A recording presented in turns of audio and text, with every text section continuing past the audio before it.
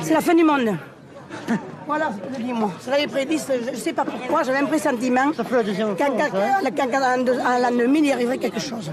Je n'avais ce pressentiment. Vous voyez? C'est la catastrophe.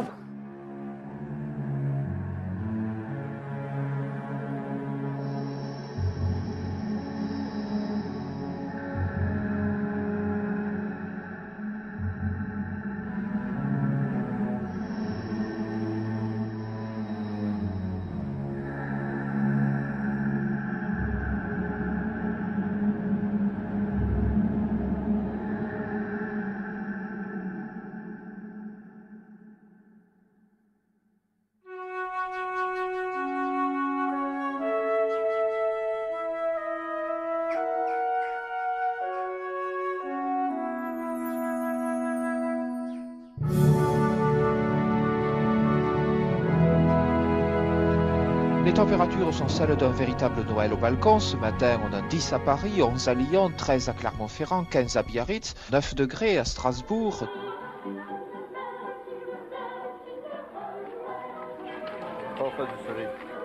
Ce jour-là, les familles préparaient Noël et un répit bien mérité.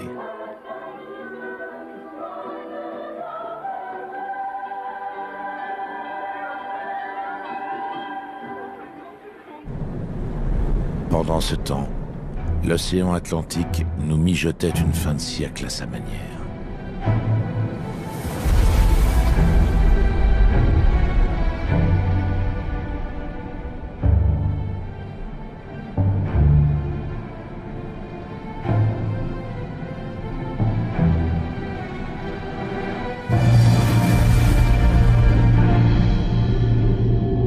Tout a commencé sur le Venezuela par des pluies diluviennes transformées en vapeur d'eau, dont le troupeau de gros nuages est remonté vers l'Atlantique Nord, y troublant ainsi l'affrontement constant entre l'air chaud des tropiques et l'air froid du pôle. La bousculade au large du Canada a pour conséquence d'emballer le moteur produisant les tempêtes d'hiver et surtout de modifier leur trajectoire habituelle vers le nord de l'Écosse. Bientôt, la tuyère du réacteur sera braquée sur la France. Le recueil de données météo sur l'Atlantique étant extrêmement limité, cela, ce jeudi 23 décembre, personne ne pouvait encore le savoir. Par ailleurs, l'Atlantique commençait à nous livrer tout autre chose, comme en témoignent les journaux de France Inter de l'époque. La colère noire des Bretons, la tempête continue de pousser les nappes de fioul vers la Loire-Atlantique et la Vendée. Dominique Voynet tempère un peu la situation. Actualité dominée depuis la semaine précédant Noël par Erika. Et Erika, c'était les boulettes sur les plages de l'Atlantique. Et Erika dominait l'actualité de l'ensemble des médias. C'était Erika. Et l'événement météorologique est passé derrière. Le BOC de l'an 2000, êtes-vous prêt? La France consacre 120 milliards de francs pour passer le cap sans dommage. À l'approche de l'an 2000, tous les informaticiens de France planchaient pour éviter un dysfonctionnement informatique majeur, qui d'ailleurs ne se produira pas.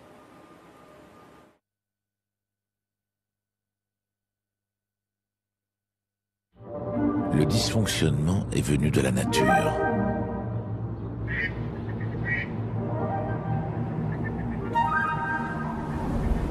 Un premier souffle ride les eaux dormantes des marais poitevins. Une forte brise s'installe sur les plateaux. Météo France a-t-elle vu arriver la tempête? Nous allons suivre le fil des événements au Centre national des prévisions à Toulouse. Près de la Méditerranée, en compagnie de Joël Collado, le monsieur météo de Radio France. Cet après-midi, le Roussillon, le Languedoc et le littoral de la Provence. Et avec les prévisionnistes de l'époque. Voici leur ruche. Les ordinateurs brasseurs d'informations en forment les cellules. Au centre, le chef prévisionniste. Voici celui qui était le maître des prévisions ce 24 décembre 99. Le front CO... Celui qui dit la pluie et le beau temps est aidé dans ses pronostics par un des plus puissants ordinateurs du monde. Alimenté par des millions de données météo, constamment renouvelées. L'appareil effectue 1200 milliards d'opérations par seconde, résout et actualise chaque seconde une équation qui, couchée sur le papier, ferait 25 mètres de long. Il propose des simulations des plus clémentes aux plus mauvaises. Ce jour-là, non sans flair, le chef prévisionniste avait retenu l'anticipation la plus pessimiste. Mais il était bien loin du compte. L'imbattable machine n'avait rien vu venir. Ce 24 décembre, le vent souffle déjà fort. La mer se met à bouillonner. Près des côtes, des remorqueurs se tiennent sur le qui-vive.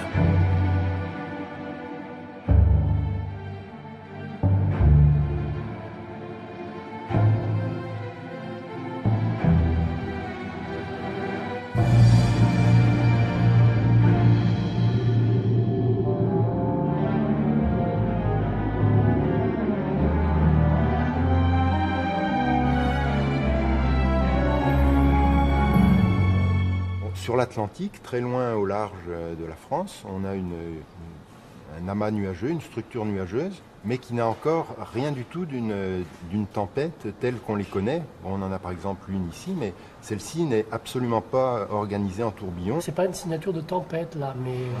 Donc, si on parle en termes d'alerte, ça veut dire plus tard et des régions plus au nord. Et une trajectoire assez classique en hiver, voilà, qui va concerner la Manche, les côtes, mais pas vraiment l'intérieur. Une météo à ne pas perdre sa capuche de Père Noël. La météo avec les pintades fermières du Gers. À 110 km à l'heure en Bretagne, sur la côte normande. Le vent restera très fort dans la journée sur la majeure partie de la France. Dès le matin de Noël, le vent dissémine de puissantes rafales sur la moitié nord du pays, comme un avertissement. Il flaire la baie du Mont-Saint-Michel, où la nuit prochaine, il fera son entrée fracassante sur le territoire. Ah, il t'a gâté le Père Noël, hein? Il fait pas tellement chaud, hein? Oui, il y a du vent, oui. Tu sais ce qu'il a mangé pour le réveillon? Toute la carcasse du poulet. Ouh lolo. Mais attention qu'il s'envole pas, hein. Lâche pas la ficelle, hein. Dis donc, le temps est en train de se gâter là, hein. J'ai l'impression que... Ouais, ça devient noir dans le fond là-bas. Ouais. Je crois qu'on ferait bien de rentrer. Ouais. Allez, on y va. Allez. Parce que... ça se gâte. Effectivement, le vent se renforce. À 11h, Météo France annonce des pointes à 130 km/h.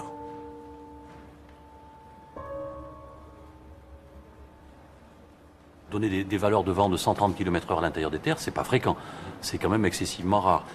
C'est quelques fois par an. Pour des prévisions de vent violent, c'est plusieurs fois dans l'hiver, seulement. Une poignée de fois de cet ordre-là. On peut dire que ça peut être méchant, hein. Oui, On a annoncé 130. Voilà. 130, c'est méchant. Ouais.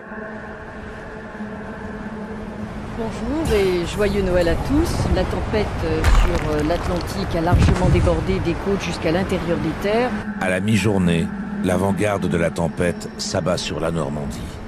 Elle s'exerce à y produire des tornades et emporte ses premières victimes.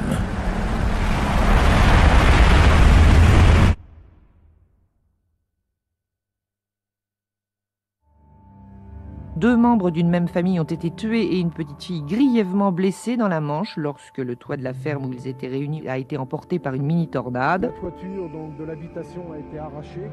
Dans le port du Havre, un bateau qui a rompu ses amarres en a heurté un autre et une femme est portée disparue.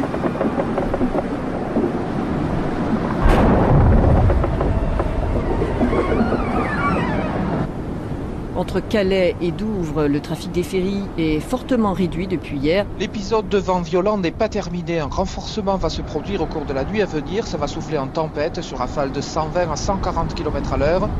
Météo France révise ses prévisions à la hausse, mais c'est encore insuffisant. Il faut dire que les livres de météorologie n'avaient jamais envisagé ce qui allait arriver. Désormais, prévisionnistes et journalistes seront constamment à la traîne des événements. La décision a été prise à ce moment-là, dans l'après-midi du samedi, de mettre en gros la moitié nord du pays en alerte, avec toute l'incertitude qu'on a encore sur la trajectoire, la puissance du vent. Mais, bon, je le répète, samedi, on n'annonçait pas l'alerte maximale.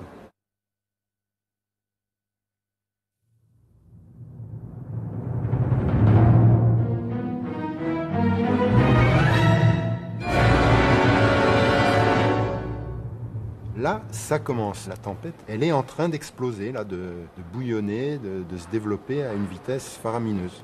Et on commence à voir apparaître une rotation des vents. On se rend compte qu'il commence à y avoir une dérive par rapport à nos prévisions de la veille, où ça va être plus intense que ce qui avait été annoncé.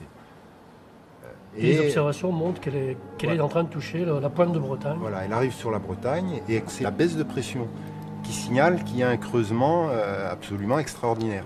C'était plus une baisse, c'était une chute. Hein. C'était énorme. Des tendances de pression comme ça, j'en avais jamais vu, ni même entendu parler. Dans la très grande majorité des cas, les tempêtes commencent à se former sur l'Atlantique avant de venir toucher l'Europe. Donc on les voit sur une image satellite, alors que là, elle n'était pas née lorsqu'elle est arrivée près de la France, elle a explosé sur la Bretagne. Donc l'image satellite était relativement peu parlante et ne montrait pas ce monstre qui allait nous sauter dessus.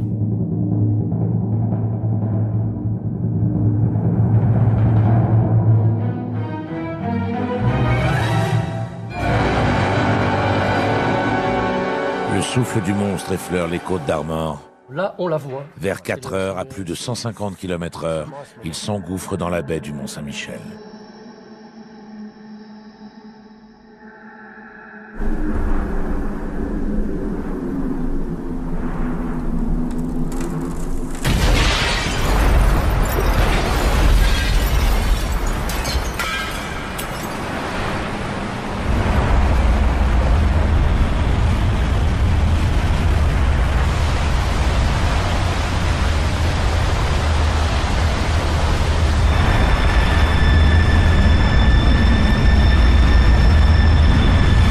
Dès son entrée dans le département de la Manche, la tempête creuse des tranchées parallèles dans le bocage.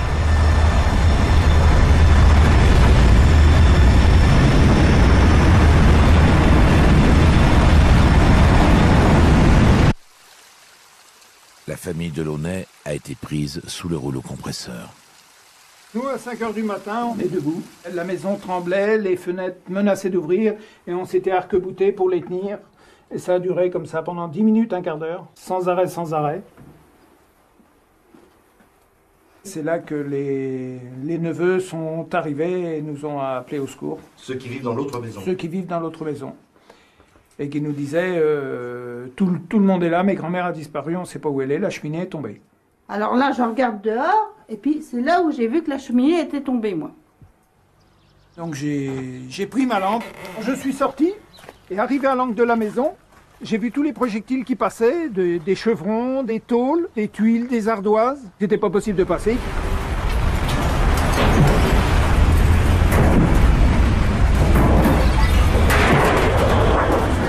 On reste là parce que ça passait devant moi. Ça tombait dans la cour. Vous voulez dire que vous auriez pu être décapité par une tôle? Une tôle pouvait décapiter la personne qui passait, oui. Bon, alors la rafale se calme. Et là, je décide de traverser. Ben là, à ce moment-là, avec la lumière, on s'aperçoit que la toiture est partie. Et puis, arrivé à cette hauteur-là, j'ai découvert la moitié de la charpente dans la cour. On est rentré par les fenêtres qui étaient ouvertes, tout était cassé. On pouvait toujours crier et appeler. Le bruit du vent était plus fort que nos paroles. On ne pouvait même pas se parler ici. Donc, ma mère était à l'étage, en haut, où les volets sont ouverts, où il y a la fenêtre. Donc, la cheminée qu'on voit en haut, c'est sectionné à la base, par le vent est tombé sur la toiture, a traversé le grenier, est tombé sur son lit, a traversé sa chambre, a traversé le salon, et elle s'est retrouvée en bas, dans la cave. Et tous les meubles et les parquets sont tombés sur elle, après. Ah oui, ça marque même longtemps.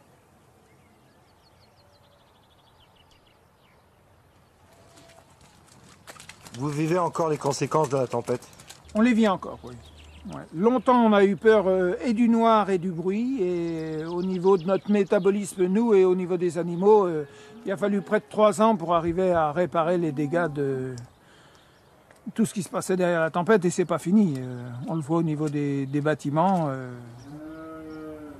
Un jeune qui reprendra la suite ne pourra pas utiliser les anciens bâtiments. Donc tout sera rasé à terme.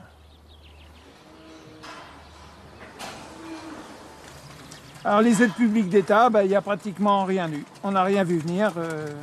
Au-delà du canton, il ne s'est rien passé. Hein.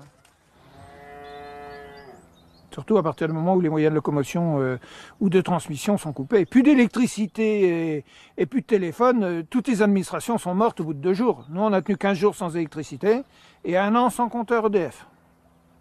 Avec les fils par terre. Il fallait qu'on marche. Et on est encore en vie, nous.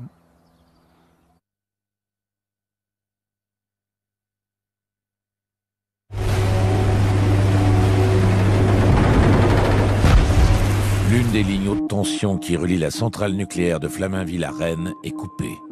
Les agents des centres de distribution régionaux d'EDF commencent à vivre les heures les plus incroyables de leur existence.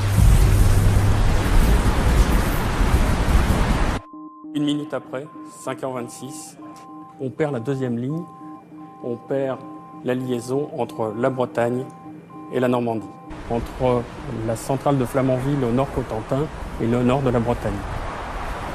À 5h30, la centrale nucléaire doit être arrêtée. C'est d'ailleurs à ce moment-là que la décision de lancer l'alerte maximale a été prise.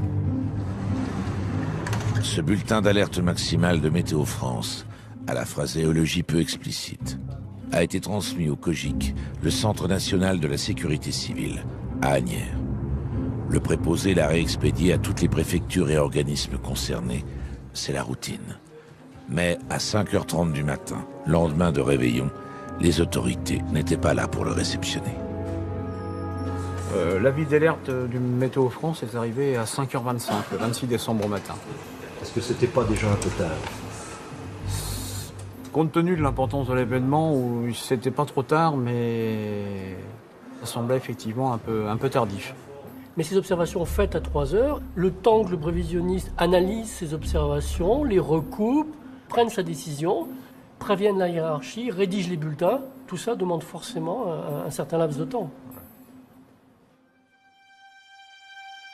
À cette heure-là, à Saint-Pierre-sur-Dive, une tornade avait déjà arraché le toit d'un immeuble d'habitation. Au matin, ce bourg du Calvados avait des aires de ville bombardées. Tous les médias s'y sont précipités, faisant des habitants chassés de leur logement, les victimes exemplaires d'une tempête bientôt qualifiée de tempête du siècle.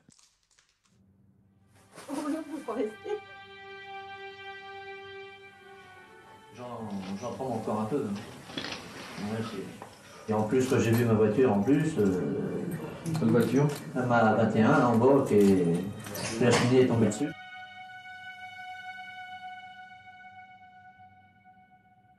C'était la voiture de mon gendre, celle-là. 5 ans après, les habitants de l'immeuble se retrouvent encore pour évoquer ensemble la catastrophe qui a bouleversé leur existence. C'était l'apocalypse, quoi. Il vaut mieux pas y repenser. Celle-là, oui. Elle a perdu sa voiture, elle, là, ici. Parce qu'elle était à Noël à la maison. Celle-là, je crois que je me suis sauvée avec mon fils dans les bras. Je suis descendue chez ma mère parce qu'il y avait trop de vent et on ne pouvait pas rester là-haut. C'était trop dangereux. Tous nos enfants se sont élevés là, tous ensemble. Et... Est-ce qu'on peut dire que la tempête nous a tous un séparés. peu changé votre vie? Oui, complètement. C'est vrai, on était des amis. C'est la vie de famille. Quand vous êtes une trentaine d'années dans un quartier et que du jour au lendemain, on vous dit qu'il faut partir. Parce qu'on va refaire les appartements, on va les réduire. Vous savez, quand vous êtes là depuis l'âge de 9 ans et puis que vous en avez 45, c'est sûr que c'est votre vie qui change. C'est certain. On a été là tellement longtemps ensemble. Moi, ma vie, elle est là. Elle est pas où est-ce que je suis. Personne ne voulait revenir dans les derniers étages, quoi. Vous n'avez pas le choix. Oui, c'est vrai qu'elle nous a vraiment étranglés, cette tempête. Elle a tout pris sur son passage. Non seulement les biens, mais l'amitié aussi. Non loin de là, dans un autre décor.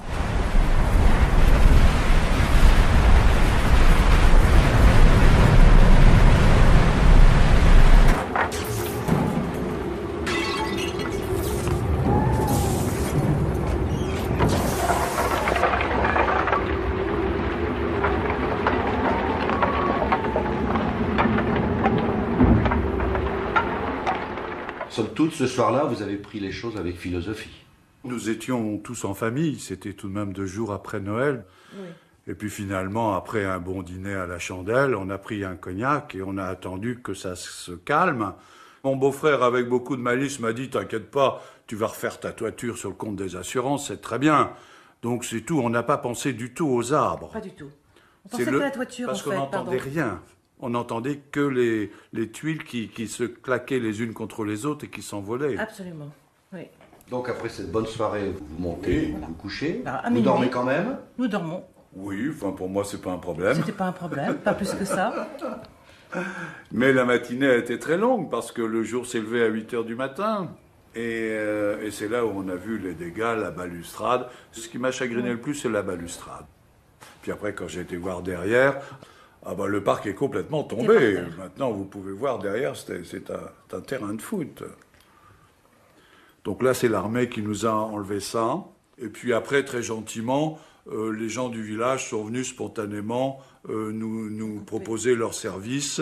Et donc, on leur a demandé de couper les branches pour faire leur bois de chauffage. Et ils nous ont laissé les billes. Et avec un peu de patience, on a réussi à les vendre. Mais enfin, on s'est bien débrouillé entre les assurances, les subventions. Et nous avons fait travailler une équipe d'Écossais qui sont venus pendant 9 mois, logés, nourris à Penlois, qui ont travaillé d'arrache-pied pour nous refaire la toiture en 9 mois.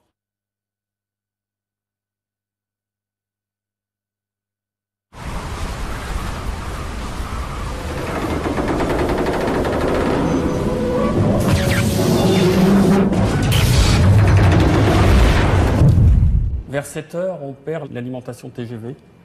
Une demi-heure après, on perd les liaisons d'interconnexion avec la région parisienne. Et vers 8h, on perd le poste de Chauny, la région de Chartres.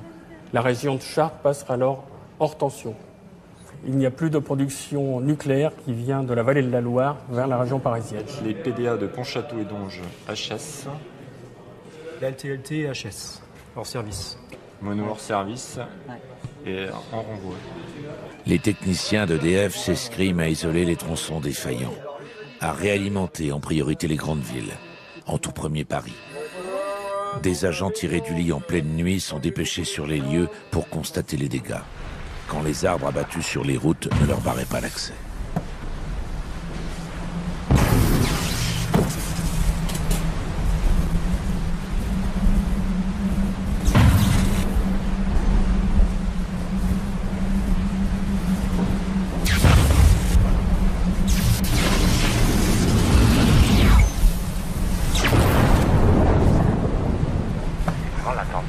Sur le littoral, certaines rafales ont atteint les 150 km/h et cette tempête va s'étendre à l'intérieur du pays, au bassin parisien et au nord. Cet agent a vécu son pire moment sous le pont de Normandie.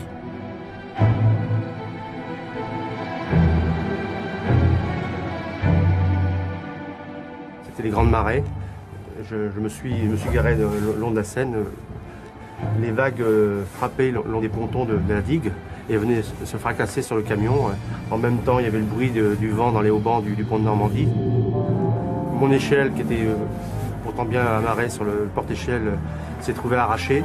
Donc là, je me suis dit, j'arrête tout et je me mets à l'abri dans cette cabane. On a un local technique là, le temps que ça se passe, parce que ça devenait vraiment insupportable, Donc j'ai eu peur quand même. Et même maintenant encore, lorsque quand je suis d'astreinte encore, il y a des nuits, j'entends le vent et tout ça, et j'ai toujours peur que ça recommence, Ça m'impressionne toujours un peu.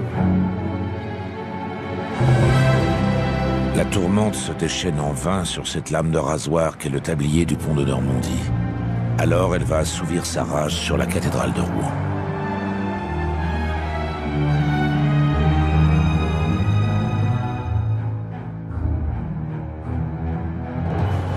Le sacristain préparait la messe de 7 heures. Il n'y avait encore personne dans la cathédrale quand l'un des 4 clochetons de 25 mètres de haut et de 27 tonnes s'est mis à vaciller.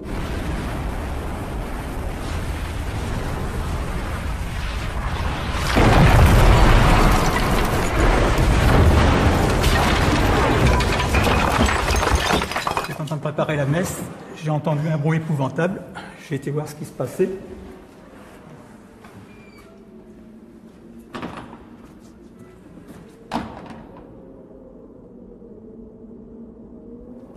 On n'y voyait plus rien du tout. J'ai attendu que la poussière retombe et là j'ai vu un gros tas de gravats dans le cœur. Et j'ai levé les yeux, c'est un gros trou dans la voûte. Ça m'a fait froid dans le dos. Les dégâts subis par la cathédrale de Rouen ouvraient la longue liste d'outrages bientôt subis par les églises et les monuments historiques de la Normandie à l'Alsace. À 8 h du matin, la dépression est sur Paris. Les vents les plus violents sont au sud-ouest de Paris. Et là, on voit une structure assez spectaculaire, un peu en bec d'aigle, là, avec près du centre de la dépression, cette zone sans nuages, qui peut rappeler un peu les cyclones, mais ça n'est pas un cyclone. Et continue sa trajectoire aussi rapide et continue à se développer jusqu'à un maximum de puissance sur la région parisienne.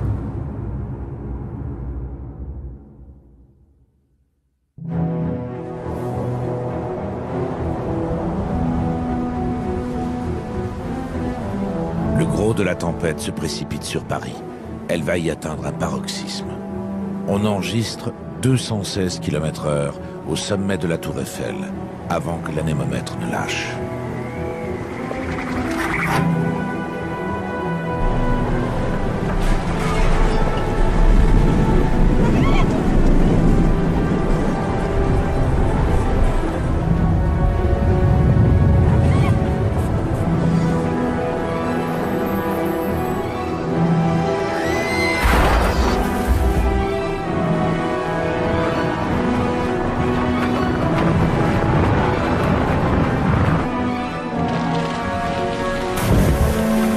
Les tours de la Défense favorisent des courants d'air.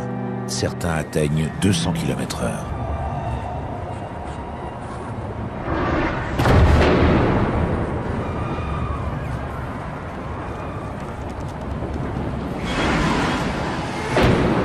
En face de ma rue, j'ai vu une grue qui vacillait de tous les côtés. J'ai vu le contrepoids tomber. 30 secondes après, j'ai vu la grue tomber. À un moment, j'ai cru qu'elle tombait dans ma direction, donc je me suis poussé et elle a écrasé quelques voitures. France Inter, Henri Charpentier, rédacteur en chef des journaux du week-end. La bonne marche de tous les journaux pour voir si tout roulait. Je regardais les dépêches. Il n'y avait pas d'alerte météo très précise. Et puis tout d'un coup, le vent s'est vraiment levé très très fort et je suis allé voir ce qui se passait à la fenêtre. Et là, j'ai vu les poubelles propulsées littéralement.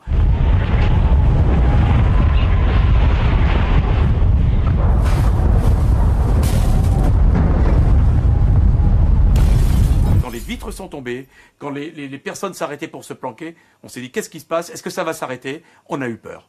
Et à ce moment-là, moi, j'ai pris l'antenne pour avertir surtout, ne sortez pas, il y a une tempête sur Paris, je ne savais pas ce qui se passait, je n'avais pas d'informations, mais j'ai senti qu'il fallait aller à l'antenne et faire un flash spécial.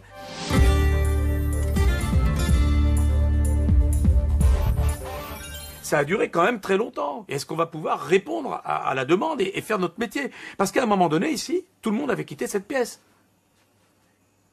On est sorti dans le couloir pendant une dizaine de minutes. Et ça, quand on raconte ça aux gens, oui, mais vous rigolez. Non, on rigole pas. Pour pas rester près des vitres.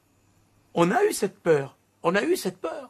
Mais vous savez, quand on a vu la vitre du bureau de Brigitte Becker qui s'est fracturée, la double vitre qui a été fracturée, il se passe quelque chose quand même là. Les vents sont beaucoup plus violents que prévu. Le précédent bulletin était pourtant déjà alarmiste. Les rafales dépassent les 130 km/h en Île-de-France et elles pourront atteindre parfois 160. 160 km/h, Jacques Kessler? Oui, là on atteint vraiment une situation exceptionnelle. De telles vitesses de vent ne se produisent pas tous les ans.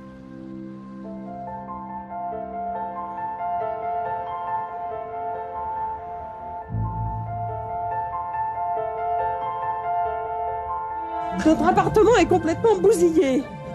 Et heureusement, il n'y a aucune victime.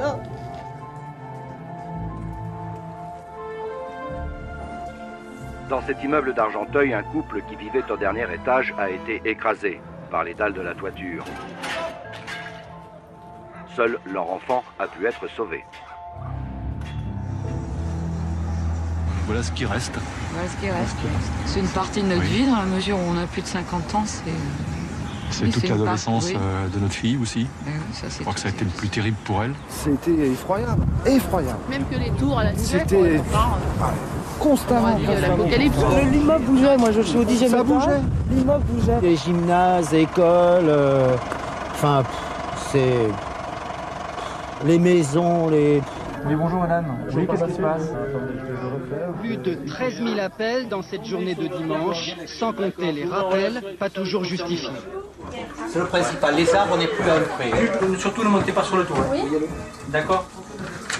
Attention, non, parce que là c'est dangereux. On fait notre maximum, on a 8000 appels en attente. Là. Je sais pas comment vous l'expliquer. Hein. J'essaye de garder mon calme là. Madame, pour des carreaux cassés, madame, il y a d'autres choses plus urgentes, non? Vous croyez pas? Hein? Allez, détendez-vous. La tempête continue de pousser les nappes de fioul vers la Loire-Atlantique et la Vendée. Dominique Voynet tempère un peu la situation en se refusant à envisager une catastrophe écologique. Un coup d'État net et sans bavure en Côte d'Ivoire. C'est le journal de 8 heures. Et on n'ouvre pas avec la tempête. Ouais. Et ça fait pas plaisir de réécouter tout ça finalement. Il y a un décalage énorme entre l'information c'est-à-dire que et la réalité. Vous l'avez souligné, on était le lendemain de Noël. Et que dans les régions, il n'y avait pas beaucoup de monde non plus pour venir travailler. Et qu'on n'avait pas non plus de retour de nos radios régionales. Personne ne nous disait que c'était grave ailleurs. Et puis, il fallait pouvoir se déplacer. Et on ne pouvait pas, dans certains endroits, se déplacer. Souvenez-vous qu'il y a des journalistes qui n'ont pas pu venir travailler. C'est vrai. Nathalie Fontrelle est en ligne avec nous. Vous étiez en voiture et vous avez dû rebrousser chemin tellement ça soufflait chez vous. Ce matin, vers 7h, les automobilistes, et j'étais parmi eux, qui ont voulu aller travailler, ont eu l'impression d'être pris au piège. Toutes les routes sont barrées par des arbres, cassées en deux, net. Les automobilistes ont tenté de passer par les champs, mais ce n'était pas une bonne idée parce que sur le plateau, le vent était encore plus violent, avec bourrasques qui déportaient, qui soulevaient les voitures. Impossible de tenir une trajectoire. Même les oiseaux avaient renoncé à voler, on les voyait, ils se déplaçaient en sautillant par terre. Comme dans un jeu de domino, les arbres se sont abattus les uns sur les autres. La moitié du bois de Boulogne a été détruite en moins de 2 heures. Au total, 140 000 arbres déracinés à Vincennes et à Boulogne. Le parc du château de Versailles subit la claque la plus fulgurante de toutes. Son jardinier en chef, Alain Baraton, résidait dans le parc aux premières loges. Vers 5-6 heures du matin, il y a un bruit de soufflerie incroyable, insistant. Ça va sur le domaine. Je descends donc dans mon bureau. Je vois bien au loin des lumières que je n'aperçois pas d'habitude. Et là, je constate avec un effroi épouvantable que des centaines d'arbres se sont abattus, continuent de tomber sous mes yeux.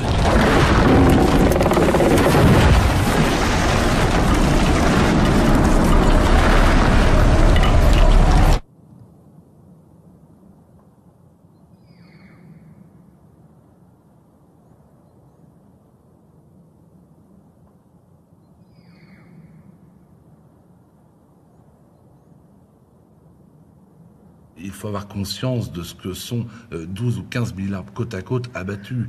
Vous avez déjà bien évidemment envie de pleurer, je crois qu'il n'y a aucune honte à le dire. J'ai transporté moi-même en voiture des gens qui tombaient en larmes dès qu'ils apercevaient les dégâts. Parce que les arbres qui poussent ici, que je vois tous les jours, ce sont nos enfants, nous en avons reçu, j'allais dire, l'héritage de nos anciens. On les a aimés, chouchoutés, entretenus, et puis d'un seul coup, tout cet héritage est détruit. 20 ans de métier pour ce qui me concerne est anéanti, et 300 ans de jardinage à Versailles détruit d'un seul coup. Chaque fois qu'un coup de vent s'abat dans une région, on nous dit une voiture est écrasée par un arbre, 3 morts, une caravane a reçu un pin sylvestre, 2 victimes. L'arbre était complice de meurtre.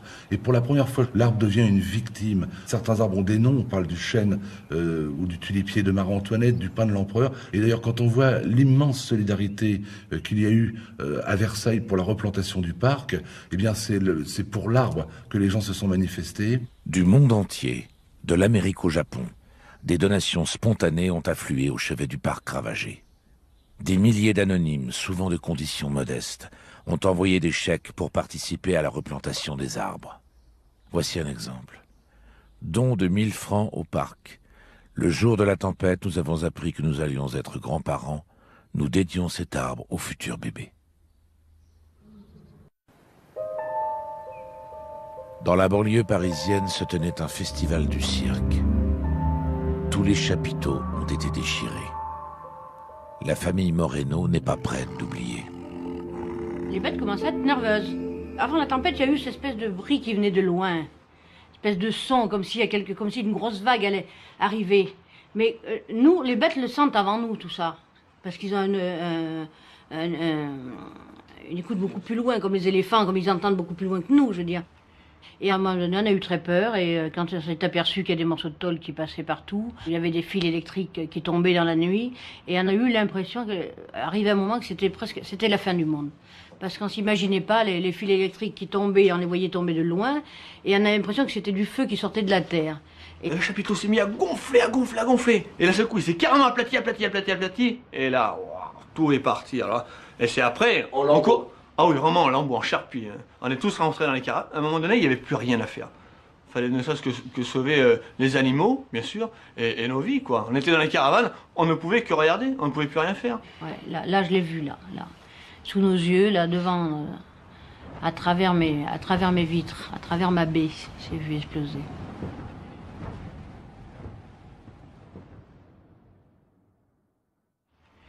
C'est ça le souvenir. Il y avait ici, là, juste ici, il y avait toi, il y avait papa, il y avait moi, il y avait ma femme. On était tous ici et on regardait avec des yeux de désespérés, on était tous en pleurs. Pas un mot, on ne disait pas un mot. On savait qu'on avait tout perdu, quoi. Tout ce qu'il y a là, on l'a gagné de notre front, avec nos mains, je veux dire. Et c'est appartenu, il y a des objets, parce qu'il y a des assurances qui vont vous rembourser, mais elles ne vous remboursent pas tout. Elles ne vous remboursent pas ce qu'on fait de nos mains. Tout le matériel, il a une histoire. Il y en a qui sont morts pour ce matériel-là, qui nous ont laissé quelque chose. La nature elle est plus forte que tout, je veux dire, que tous les dieux du monde, la nature. On n'y peut rien. Que vous voulez, ça va recommencer. Parce que là, le moindre pouce d'air, par contre, on est traumatisé. Le moindre petit pouce d'air. Moi, personnellement, je sais que dans le fond de moi, je sais qu'un jour ou l'autre, ça recommencera. On va tout perdre.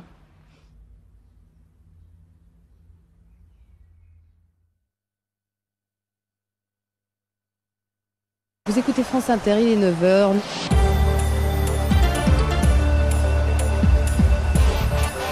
La station météo d'Orly a enregistré une pointe de 173 km/h. C'est le record absolu. Personne n'aurait osé annoncer une telle vitesse de vent. Ça va continuer. La tornade elle-même, là, qui était sur Paris, s'est décalée vers la Champagne.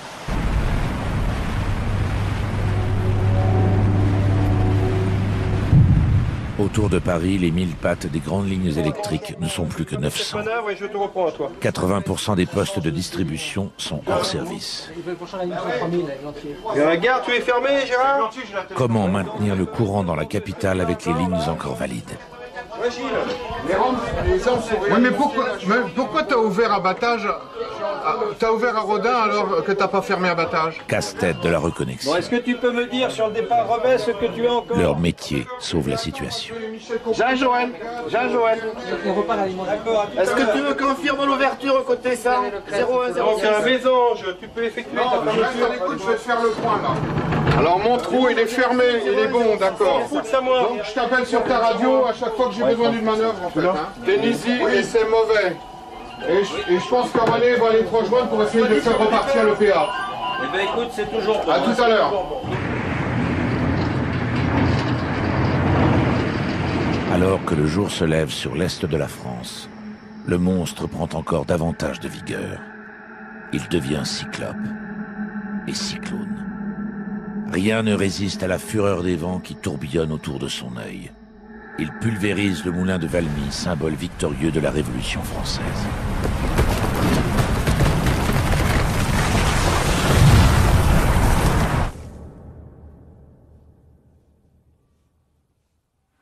Puis il déferle comme 1000 TGV dans les rues des villes de la Lorraine.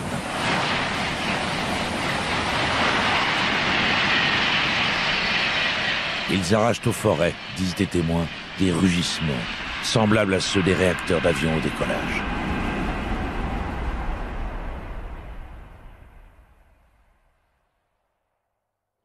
En Alsace, ces chasseurs étaient partis à l'aube sans tenir compte des avis d'alerte météo.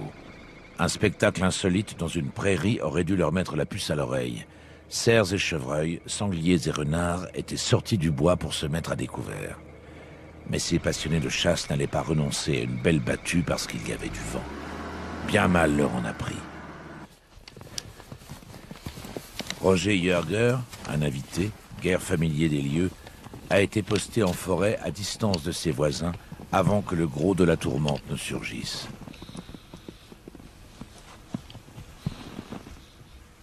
Il retrouve l'endroit grâce au seul grand arbre resté debout.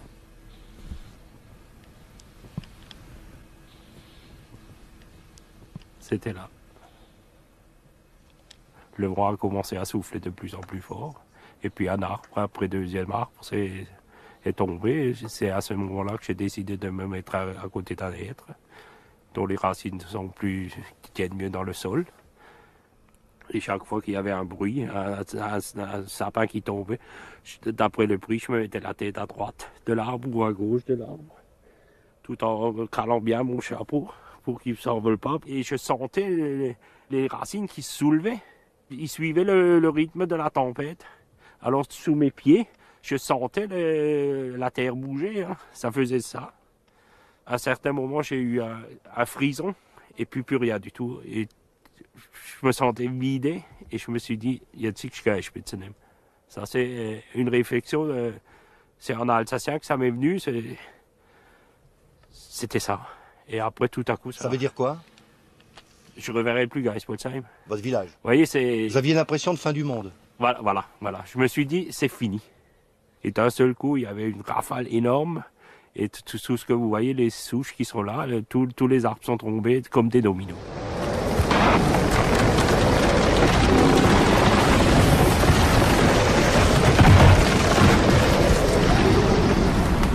C'était une rafale énorme. Et puis, d'un seul coup, pratiquement tous les arbres sont tombés. Tout ce qui était gros arbres s'est tombé d'un seul coup, là, sur cette parcelle. Et quand un sapin à côté de moi s'est cassé, en vrille, parce qu'il faut le voir aussi. Il faut voir, c'est des tourbillons. Il y avait des tourbillons. Les sapins, les cimes des sapins, ils tournaient en rond, ils montaient en l'air, ils redescendaient et ça retombait. Hein.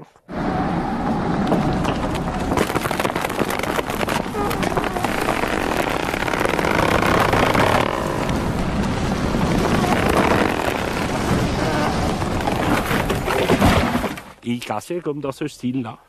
Et c'est après que je me suis accroché à un tronc comme ça, en me disant que celui-là, il ne pourrait plus tomber. Ça a duré quand même 2 heures. Hein. Ah, si vous êtes tout seul, c'est énorme. Alors on a appelé, on a corné, on a klaxonné. Rien.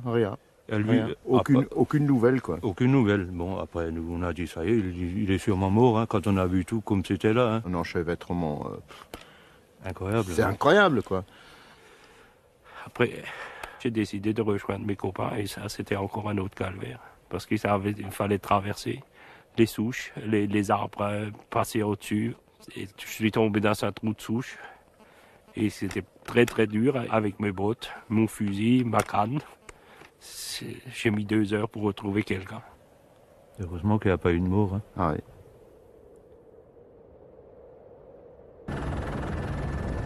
Ailleurs, d'autres chasseurs ont eu moins de chance.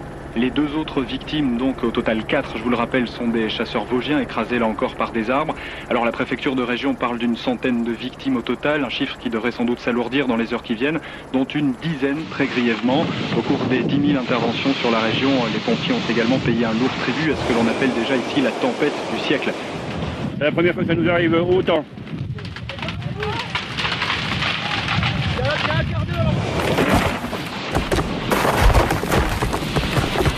Dans l'est du pays, l'ouragan a rasé des forêts entières. Selon le relief, il s'y est pris de plusieurs manières.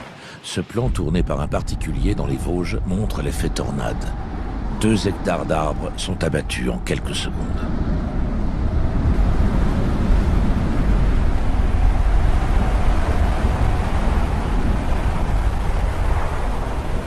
Cet autre plan montre l'effet tranché. Une rafale s'engouffre entre 2 collines et couche tout un pan de conifères. En voici le résultat aujourd'hui. Une zone d'arbres abattus, des plaies au bord net, se répétant d'une colline à l'autre. Parfois, le vent a creusé des couloirs parallèles dans la masse forestière, sur de longues distances. Par endroits, des tornades ont creusé des clairières là où elles n'existaient pas, comme ici, d'un seul côté de ce chemin.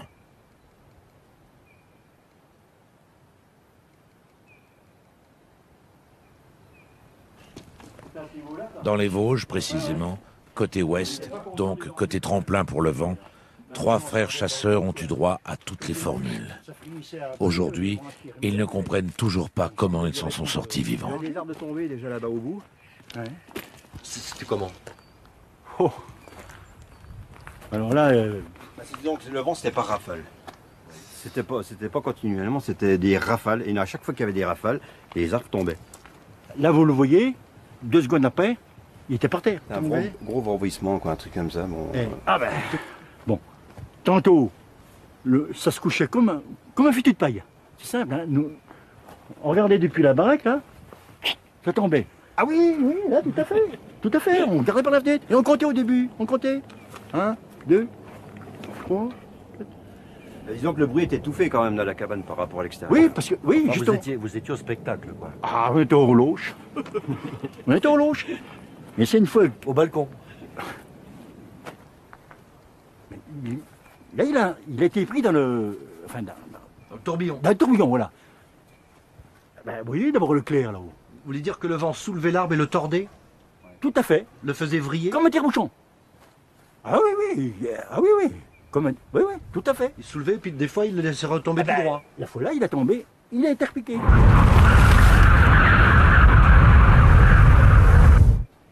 Alors lui, c'est couché. C'est littéralement couché, quoi. Hein?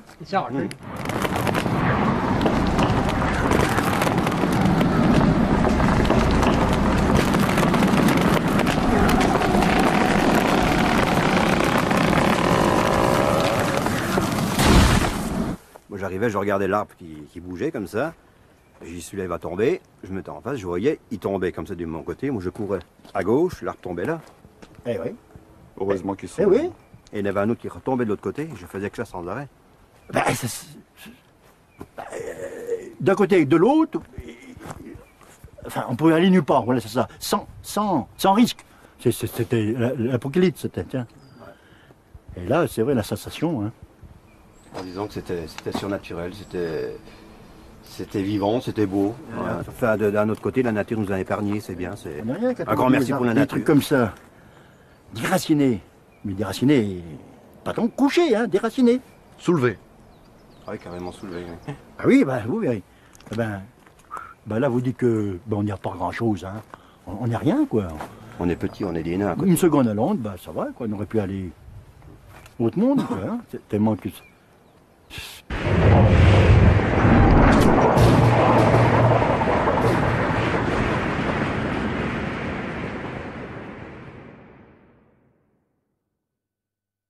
Prudence, bien évidemment, restez au chaud, restez chez vous. C'est le moment ou jamais de jouer avec le train électrique de votre fils, qu'il a sans doute eu à Noël.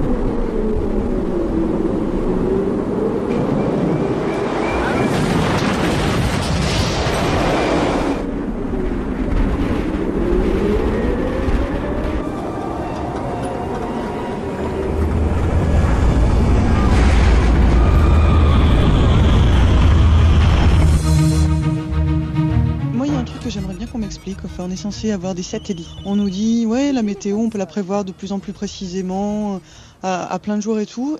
Et avec tout ça, on n'est pas capable d'éviter de se prendre des tempêtes pareilles. On nous dit, pourquoi vos prévisions ne sont pas meilleures alors qu'on prévoit relativement bien les alertes pour les cyclones. Le cyclone, il a ceci de particulier, c'est que c'est un monstre qui se forme lentement et qui avance très très lentement. Et donc, les cyclones se forment sur mer et les satellites les détectent très rapidement avant qu'ils ne touchent les terres. Alors que cette dépression, encore une fois, qui a eu en gros les caractéristiques au niveau du vent, les caractéristiques d'un cyclone, elle a explosé, elle s'est formée sur nous.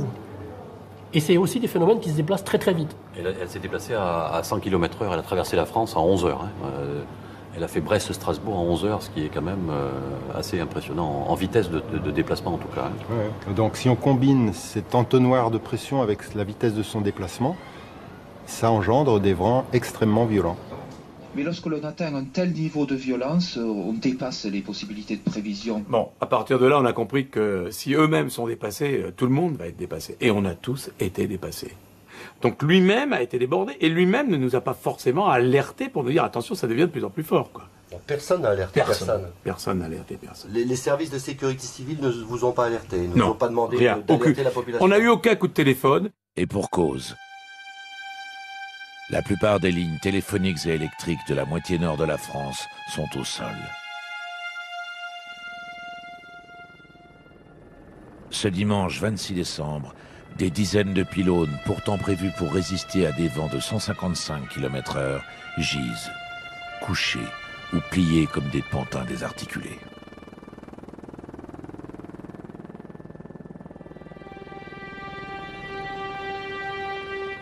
Des millions de foyers n'ont plus d'électricité.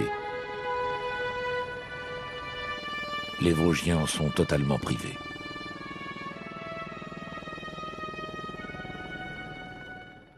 Alors que la tempête va s'épuiser en Europe centrale, après avoir poussé des pointes à 200 km/h sur la forêt noire en Allemagne, en ce dimanche 26 décembre après-midi, dans la moitié nord du pays, on compte les dégâts, on nettoie, on se raconte ses frayeurs. Le soir, on est devant son petit écran. Les journaux télévisés annoncent une 50aine de morts, rendent compte de drames multiples, notamment ceux vécus par les agriculteurs. Quand mon mari est sorti dehors, il a vu déjà le premier hangar qui était envolé, mais il n'avait pas vu toute la catastrophe ici. Sur cet hangar-là, on avait 18 pauvres.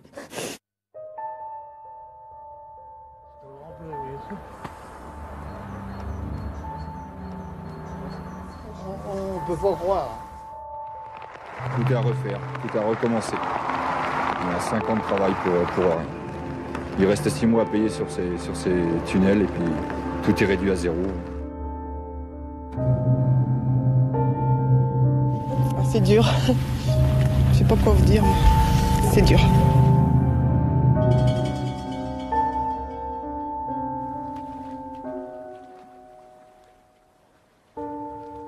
Des pluies diluviennes ont précédé ou suivi la trajectoire de la tourmente.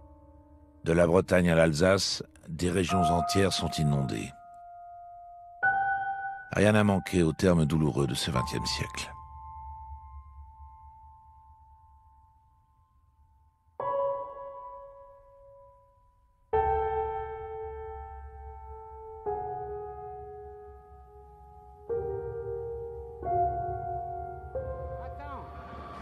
Et contrairement à ce qui est affiché, aucun train ne circulera jusqu'à nouvel avis. Le pays est paralysé. La France campe. Les perspectives de fêtes de fin d'année sont bousculées. Demain, le vent sera nettement plus raisonnable. Il soufflera encore, mais généralement au-dessous du seuil de la tempête, avec des rafales de l'ordre de 80 km/h. Donc quand même, ça ira beaucoup mieux.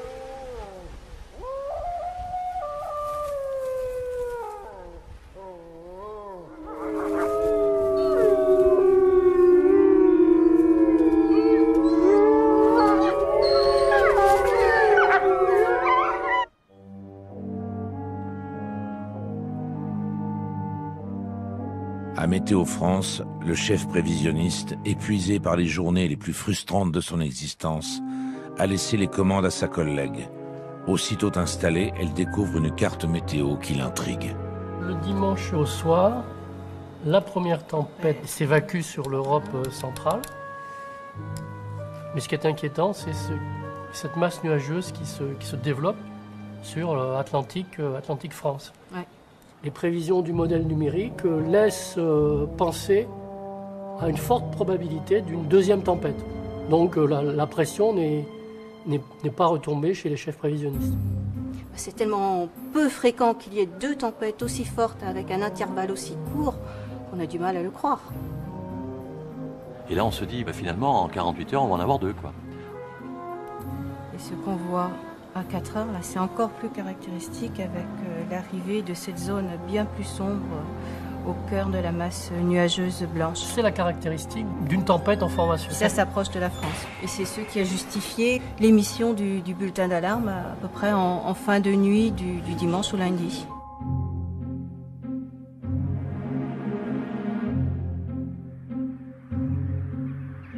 Exception faite pour les corbeaux, cette deuxième alerte lancée dans la nuit tombe à plat.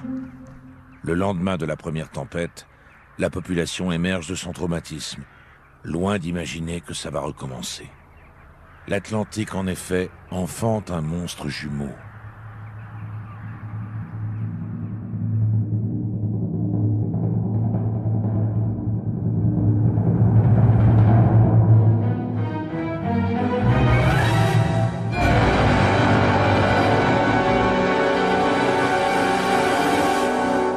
Suivante, le monstre a toujours la même configuration, se rapproche de plus en plus de la France et on voit toujours cet enroulement caractéristique. C'est un monstre moins sournois que la précédente. Le très rapide courant de jet est toujours là. Vous pouvez observer cette ligne pratiquement rectiligne là, de nuages. Qu'est-ce que le courant de jet? C'est un torrent de vent extrêmement puissant, de l'ordre de 200 à 400 km/h, qui fait des méandres à 10 000 mètres d'altitude entre les masses d'air chaud et froid qui s'affrontent au-dessus de l'océan. C'est ce fameux courant qu'empruntent les longs courriers pour gagner de la vitesse. Au-dessus de l'Atlantique, le courant de jet s'écoule de l'Amérique vers l'Europe et normalement finit sa course en mer du Nord. Or, à la Noël 99, il lui a pris fantaisie de viser les côtes françaises.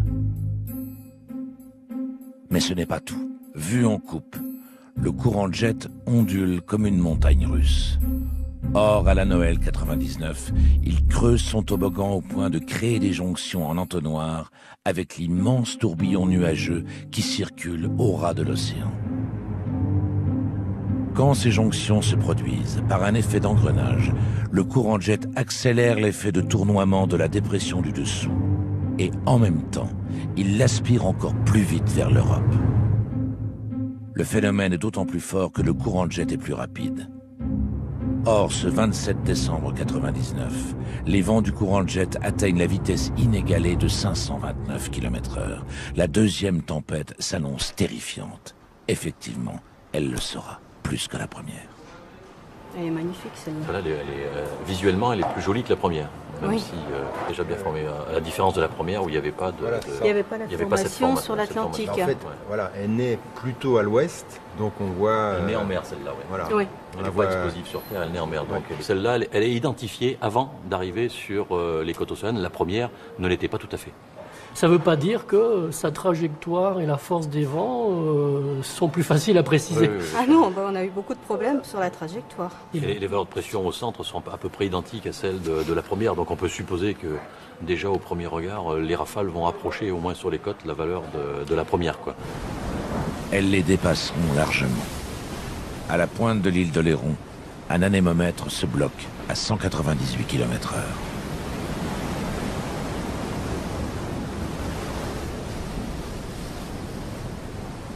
L'œil du monstre autour duquel le vent enroule ses spirales les plus violentes lorgne le phare de Cordouan, situé au large, à l'entrée de l'estuaire de la Gironde.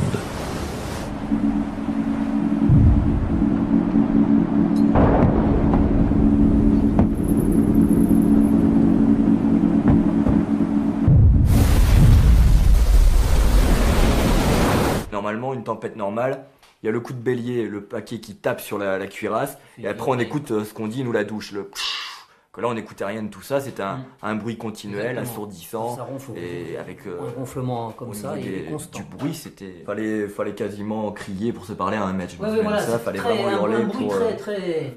Et puis l'eau, au lieu de couler verticalement, comme d'habitude quand il y a un paquet de mer qui passe au-dessus, les lignes de force, les traits d'eau, ils étaient horizontaux sur les fenêtres. Le vent prenait dans la cour circulaire. Et Je me souviens des plateaux d'échafaudage là, qui flottaient. C'est comme une brindille sur une flaque d'eau. C'est des morceaux de bois qui font 3 mètres de long. Hein. Qui flottaient, qui tournoyaient là, juste devant la cour. Et bon, fallait les coper, qu'au fur et à mesure qu'elle rentrait, soit par les fenêtres, soit par le plafond, la cheminée.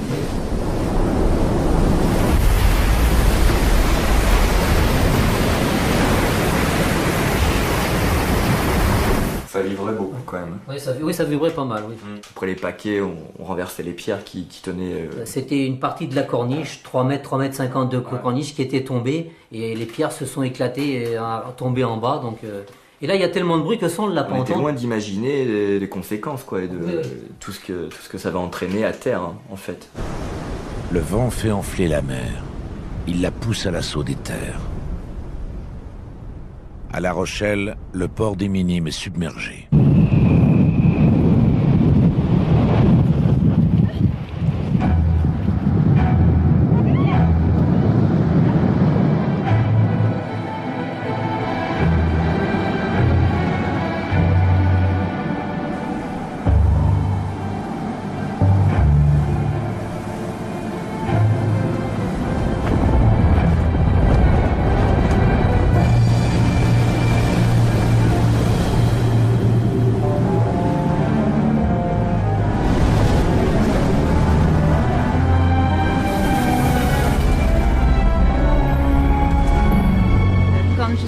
À Montponton pour aller chercher mes enfants parce que je vis à bord de mon bateau. Je suis sortie de la voiture, il y avait à peu près 20-25 cm d'eau sur le parking. Je ne faisais pas la différence entre l'eau du port et le parking. J'ai réussi à me cramponner jusqu'à la passerelle, mais quand je suis arrivée à la passerelle, je ne pouvais pas descendre. La passerelle bougeait de telle façon qu'elle montait, qu'elle descendait, elle allait à droite et à gauche. Et si j'étais allée un peu plus loin qu'un mètre de la passerelle, je serais tombée dans le port.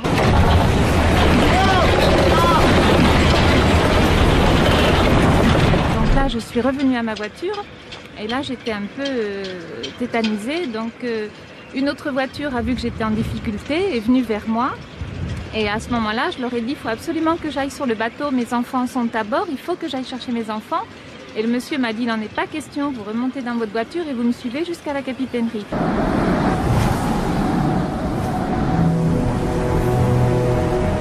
Voyant que j'étais très paniquée, a demandé donc aux marins d'aller chercher les enfants à bord du bateau. Sur les pontons, on s'était cru sur un bateau en tempête, en détresse, quoi. En plus, l'eau passait par-dessus la digue, il y avait le vent, il y avait les vagues, il y avait le sable. Vous aviez du sable partout dans les yeux.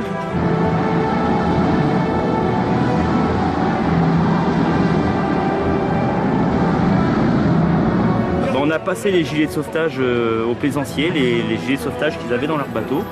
On s'est tous attachés et là par contre on est remonté vraiment à 4 pattes sur les pontons. En se tenant les jambes les uns les autres pour remonter pour filer dans une voiture et finir à la capitainerie parce qu'on ne peut pas tenir debout à 180 km/h. Mes deux enfants étaient à bord du bateau et je ne savais pas que mon mari avait pu les récupérer et les sortir du bateau.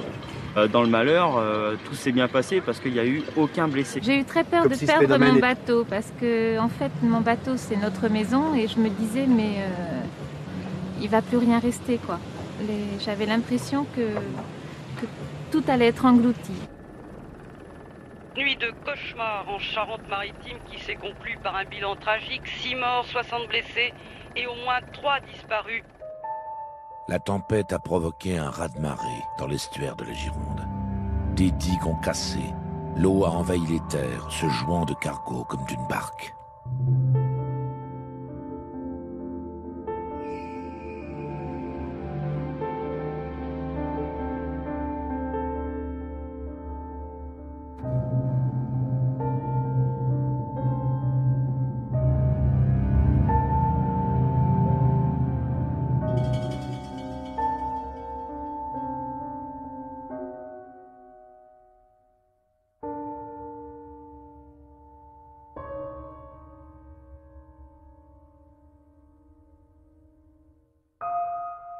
Il n'y a plus de téléphone, le fil est coupé.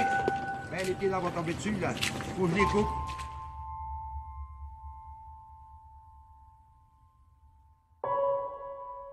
La nuit a été sauvage pour les agriculteurs vivant derrière les digues rompues. Le temps de sortir et tout, on en avait déjà jusqu'au ventre. Et moi, la chose vraiment que j'ai pensé, c'est mes gamines, quoi. J'ai mes gamines qui étaient sur une table et elles avaient l'eau au niveau de la table. Donc je les ai sauvées, je les ai mis en hauteur. Voilà. C'est la seule chose qu'on peut sauver, quoi. C'est ça, pauvre.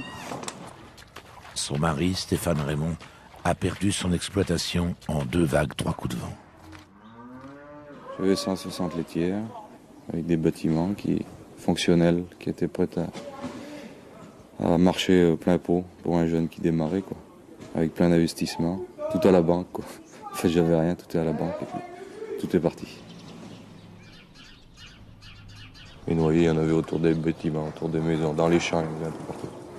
Et ça m'en manque encore 4 ou 5 qui sont sûrement noyés sous les débris dans les champs, quoi. On en a retrouvé une à 6 km. On a été chercher 4 jours après parce qu'il y avait 1,50 m d'eau, on ne pouvait pas y aller. Ça vous donne pas envie de changer de travail, ça? J'ai encore ma maison, heureusement, c'est là. Puis quand on est né dans un pays comme ça. Déjà pour faire les vaches, quand on est jeune, il faut aimer ça. Alors bon. Je continue, je crois. Je sais pas. Je sais pas si ça sera là ou ailleurs, mais je vais continuer l'élevage, quoi. On va voir.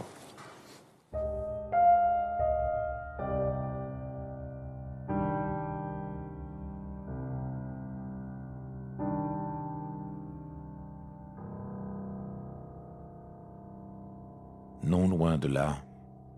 Je revois Thomas dans la voiture de mes parents derrière, il était tout heureux, partir chez eux bien sûr. Et c'est le dernier sourire que j'ai eu. Et ensuite, nous l'avons vu quand c'était fini.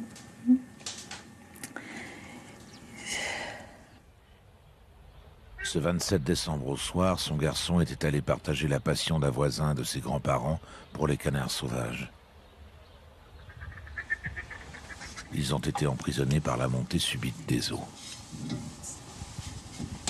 Il a eu de l'eau jusqu'au cou, et puis sa petite épaule. Il avait qu'un petit coin d'épaule gauche, et puis sa petite tête qui passe au-dessus là.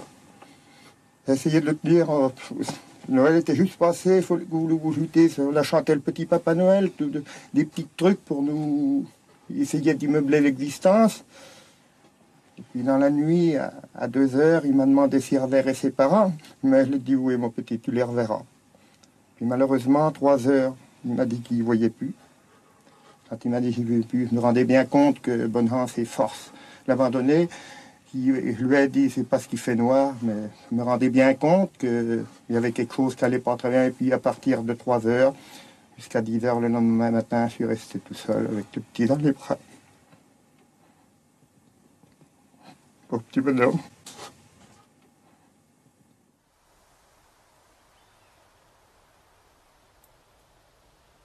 Je me dis peut-être qu'on aurait pu donner un portable à mon fils. Parce qu'ils nous ont quand même signalé qu'il y avait une tempête, on n'a jamais connu ça. On a dit, bon, tempête, on n'aurait pas dû l'envoyer. Souffrir de froid. Moi, je vais vous dire une chose. L'autre nuit, j'ai eu froid dans mon lit, j'ai pensé à mon fils. Dès que j'ai froid, je pense à mon fils.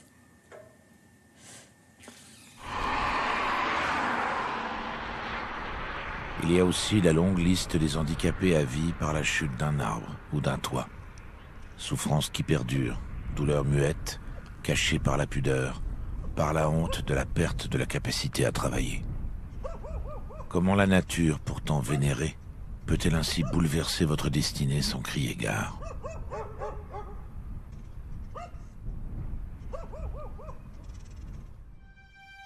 La nature, que l'homme malmène à force de vouloir la domestiquer, a réaffirmé ses droits, a-t-on pu entendre. Le droit de raser la forêt landaise dans le Haut-Médoc, incompréhensible pour des propriétaires dont les arbres étaient toute la fortune et toute la vie. Parfois sur des centaines d'hectares, quasiment pas un seul pin n'est resté droit debout.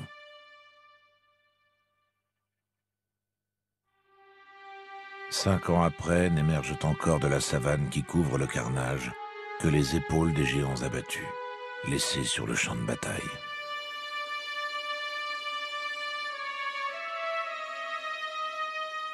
Il y avait tant de bois au sol qu'ils ne trouvaient plus preneur. Ou alors les preneurs ne le payaient pas.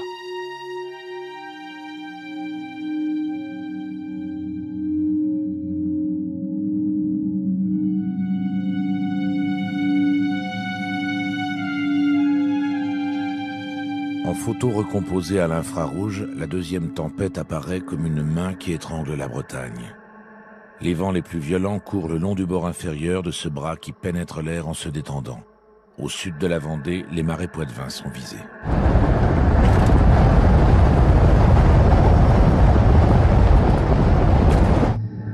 Cette main dont on cherchait à deviner la trajectoire lâche la Bretagne, prépare une gifle en revers, puis finalement se referme en un point qui va cogner le Poitou-Charentes et le Limousin.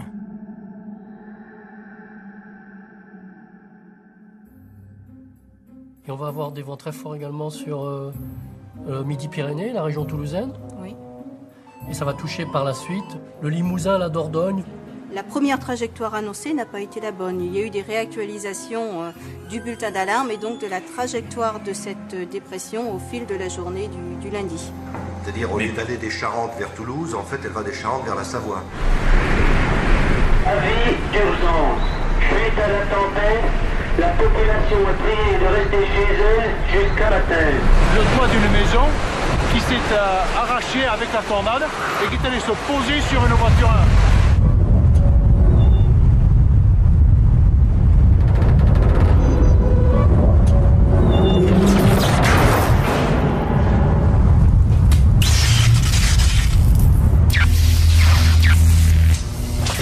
Le sel de l'embrun marin emporté par le vent jusqu'à l'intérieur des terres fait disjoncter les postes de transformation. D'accord. Depuis 22h hier soir, les habitants de Limoges et du reste du département sont totalement plongés dans le noir. Écoutez, on va faire le maximum. Oui, vous allez au rez-de-chaussée. Si vous avez une cave au besoin, vous essayez d'aller vous y réfugier si vous entendez que ça craque. Ah non, surtout pas. Non, vous n'allez surtout pas sur le toit. Il n'y a rien de plus dangereux. Non, surtout vous n'y allez pas et on fait le nécessaire comme ça. Transmettez FPTL de Bayonne. Les pompiers sont sortis près de 400 fois cette nuit, 150 interventions pour la seule agglomération du BAB. Près de 2000 appels en 6 heures, du jamais vu, il est minuit, blackout sur le Limousin où les secours eux-mêmes partent au plus pressé. Je ne sais pas comment on va s'en sortir, mais tout est urgent.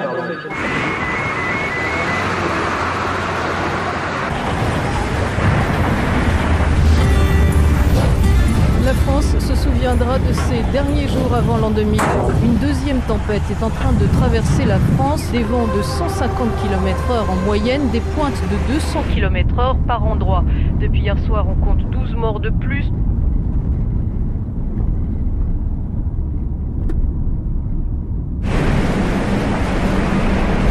Périgueux est plongé dans l'obscurité pour 95% de la population. La voiture était sous l'arbre, un gros peuplier, faisait environ 60 cm de diamètre. Donc on a coupé le peuplier de part et d'autre de la voiture. Et puis là, on a commencé à faire rouler la bille qui était sur la voiture. Et là, on s'est aperçu qu'il n'y avait pas une personne, mais 2 personnes à l'intérieur. Décédés. Dont l'un était un voisin et l'autre était son ouvrier. L'un et l'autre rentraient d'un chantier et au lieu de débaucher avec 2 véhicules, ils étaient rentrés avec un seul véhicule. Malheureusement, on aurait dit que l'arbre les attendait.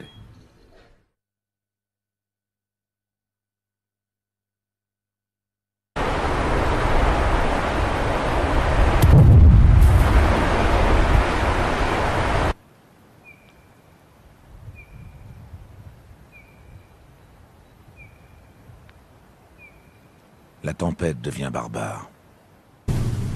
Elle violente le Massif central. Elle plonge des départements entiers dans le noir. Puis elle ira faire des embardées sur la région lyonnaise et les Alpes.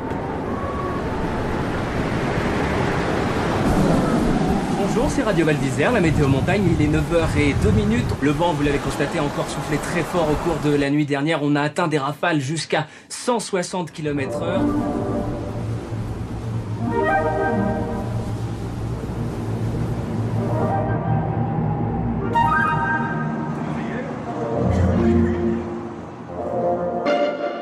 La deuxième tempête a fait pratiquement autant de victimes que la première, avec un bulletin d'alerte qui était à l'époque notre système d'alerte maximale, qui a été lancé une dizaine d'heures avant que la tempête n'arrive.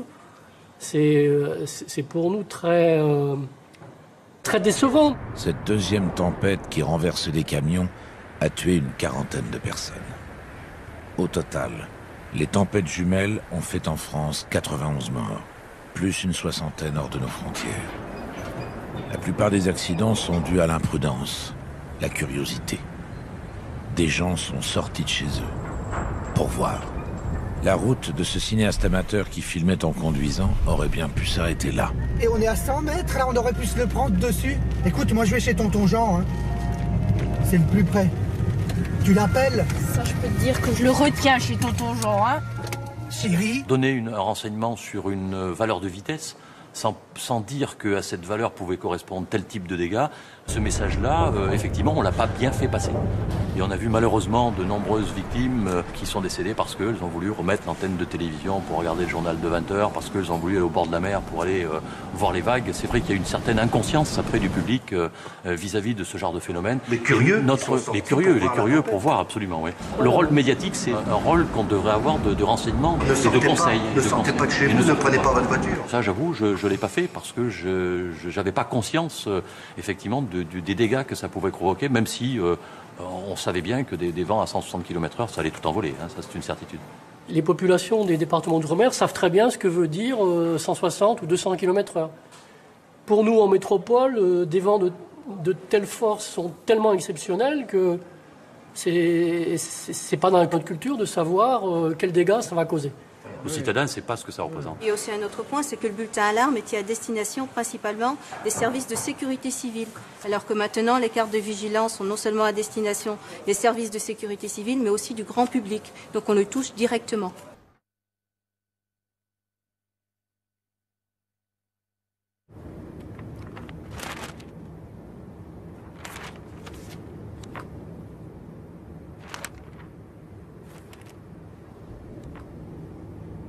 Ce particulier avait quitté son domicile la veille, juste avant la tempête. Un pin a écrasé sa maison côté jardin. Il rentre le lendemain, sans se douter de rien, par la porte de devant côté rue. Oh putain, c'est pas possible. Et alors vous êtes dit quoi? Chanceux dans mon malheur? Non. Et je suis parti en pleurant parce que j'en pouvais plus. Dans l'estuaire de la Gironde, on a dû arrêter 2 réacteurs de la centrale nucléaire du Blayais, inondés par la mer. Entre le nord et le sud de la France, la toile électrique ne tient plus qu'à 3 fils. Le quart du réseau est hors d'usage. En plein hiver, plus de 3,5 millions de foyers sont privés d'électricité. Pour beaucoup, la situation va durer. On a dormi à 4 dans le même lit pour se réchauffer, c'est tout. J'ai la grand-mère, moi, qui a 86 ans, qui n'a pas de chauffage, et on était forcé de demander des secours ailleurs pour la réchauffer. Tout mon congélateur a été foutu. Qu'est-ce que vous voulez faire? Pourtant, j'avais fait des réserves pour, comme on fait tout le monde. Et j'ai tout fichu en l'air. Le congélateur, donc c'est fini, ça ira tout à la poubelle. J'ai ma bière qui pourrit, mon congélateur c'est tout pourri dedans. C'est incroyable. À l'époque où on vit. J'en ai plus là, je suis plus rien en verre ni alors. Et tu n'as pas des recharges d'allume au gaz? Plus rien. Et tu n'as pas de piles? Plus de piles. J'ai plus que des petites piles rondes. Mais non, il me faut des rectangulaires. Non, ça j'en reçois demain par contre. Tu n'as plus les lampes avec la batterie? Plus rien. Après la tempête, les habitants de cette région sont venus à l'église, mais certainement pas pour les raisons habituelles pour lesquelles on vient dans une église, c'est-à-dire pour prier ou pour venir à la messe, mais pour venir chercher des cierges, ou bien pour les acheter, ou bien pour qu'on leur en donne, car il n'y avait plus d'électricité.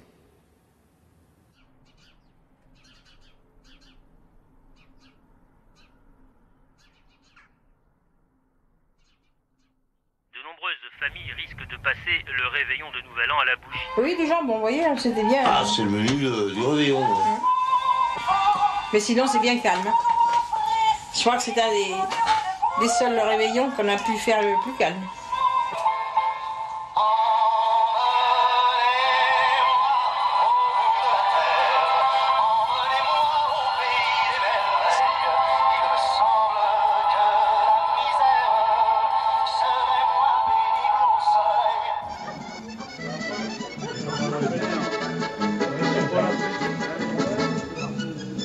Dans tout le département, les festivités ont été annulées faute d'électricité.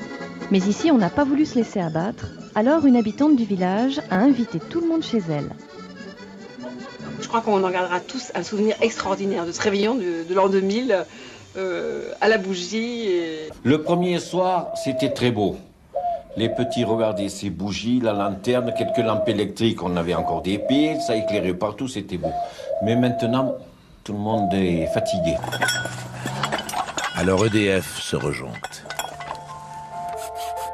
Afin de rétablir le courant au plus vite, ils sont tous sur le terrain, sacrifiant leurs vacances, avec les agents à la retraite et les collègues étrangers appelés à la rescousse, travaillant nuit et jour, par tous les temps, avec une ardeur qui fait l'admiration de tout le pays.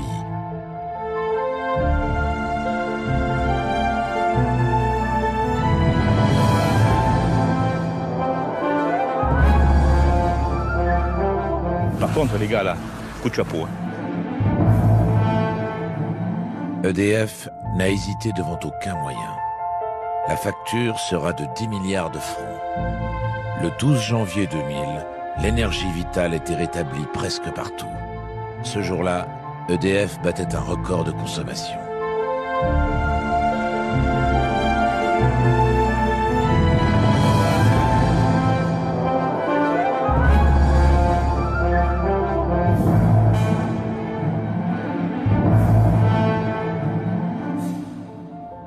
Ça, les gars de l'EDF, oui, un chapeau. Ça marche, ça marche. Là, là, là, là. C'est bon. C'est bon. C'est parfait. Ça pète le feu. C'est la joie. C'est la joie, parce que vous savez, sans lumière, hein. Je vais me chauffer. J'ai eu froid. Il faut reconnaître que j'ai eu froid. Bien plus considérables et plus durables sont les dégâts subis par la forêt. Des centaines de kilomètres carrés d'espaces boisés, 200 millions d'arbres, 1/10 de la forêt française, éradiqués. Il faudra un bon demi-siècle pour refermer les plaies.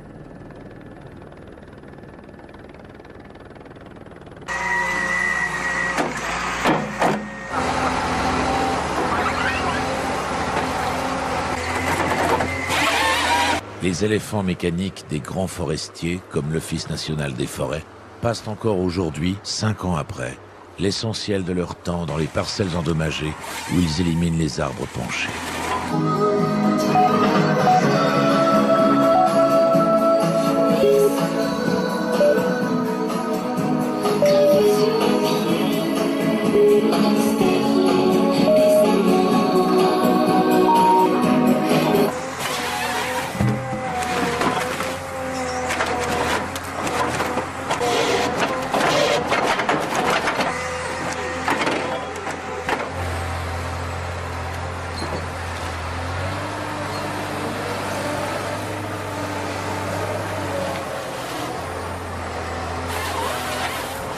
La grande tempête aura convaincu les forestiers qu'il fallait replanter différemment, en mélangeant les espèces. Les forêts offriront ainsi une bien meilleure résistance aux vents les plus extrêmes.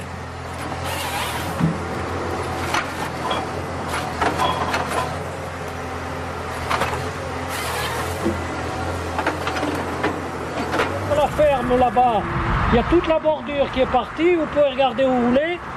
Là-bas, c'est pareil. Les réparations des édifices et des maisons endommagées feront le bonheur des entreprises du bâtiment et le malheur des assurances. Celles-ci verseront aux collectivités et aux particuliers la somme faramineuse de 45 milliards de francs. C'est la fin du monde. Voilà, dis-moi. Ça l'avait prédit, je ne sais pas pourquoi, j'avais un pressentiment. Ça fait la deuxième fois. Qu'en l'an 2000, il arriverait quelque chose. Je l'avais ce pressentiment. Vous voyez? C'est la catastrophe.